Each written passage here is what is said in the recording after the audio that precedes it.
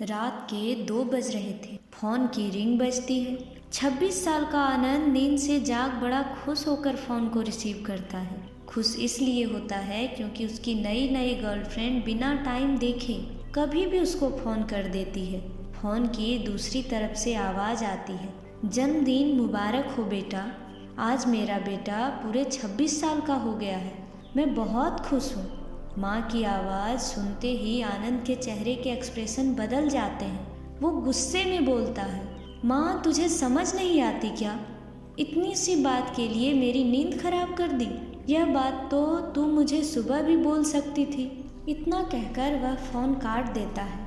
थोड़ी देर बाद फिर से फ़ोन की रिंग बजती है। आनंद फिर से फ़ोन उठाता है और इस बार फ़ोन पर पापा होते हैं। आनंद इस बार आराम से बात करता है।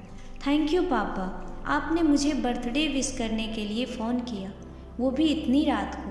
पापा कहते हैं, नहीं बेटा, मैंने तुम्हें मुबारकबाद देने के लिए नहीं बल्कि ये बताने के लिए फ़ोन किया है कि तुम्हारी माँ बिल्कुल पागल है। वो इतनी पागल है कि पिछले 1 महीने से मुझे हर दिन तेरा बर्थडे याद दिलाती आ रही है। वो इतनी पागल है कि तू हमसे सैकड़ों किलोमीटर दूर है, फिर भी उसने यहाँ पर खुद अपने हाथों से तेरे लिए केक बनाया है। ऊपर से ये जिद कर बैठी है कि जब तक तुझे विश नहीं कर देती तब तक ना खुद खाना खाएगी ना मुझे खाने देगी।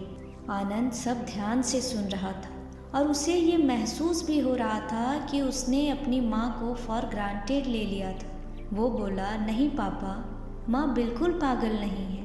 पापा कहते हैं, नहीं बेटा, तू अपनी माँ के पागलपन को नहीं जानता, मैं जानता हूँ। वह तो 26 साल पहले ही पागल हो गई थी जब डॉक्टर ने उसे कहा था या तो हम बच्चे को बचा सकते हैं या आपको।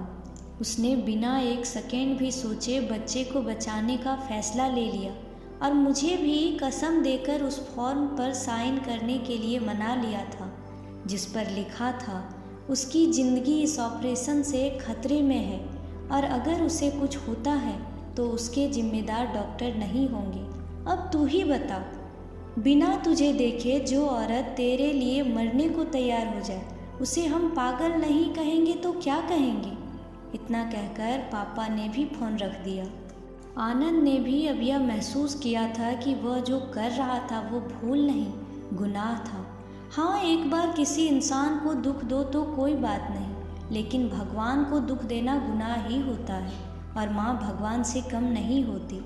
पश्चाताप के आंसू उसकी आंखों से बह निकले। सवेरा होते ही आनंद अपने घर की ओर रवाना हो गया, अपने माँ बाप से माफ़ी मांगने के लिए। घर पहुँचते ही उसने पहले माँ से माफ़ी मांगी जिसने उसे गले से लगा लिया। फिर वह अपने पापा से माफ़ी मांगने लगा। पापा ने कहा, कोई बात नहीं बेटा, जा तू वापस जा। तेरी माँ हमेशा कहती थी कि तू उसे बुढ़ापे में संभालेगा, लेकिन मैं उसे समझा दूंगा। जैसे आज तक मैं उसे संभालता आया हूँ वैसे ही आगे भी मैं उसका ख्याल रखूँगा। उसे भी यह समझ लेना चाहिए जो बेटा उसके एक फ़ोन करने से परेशान हो जाए वह उसे उम्र भर क्या संभालेगा। बाप की ऐसी कड़वी बातें सुन आनंद की आंखें बहने लगी। वो सर झुकाए अपने बाप के सामने चुपचाप खड़ा रहा।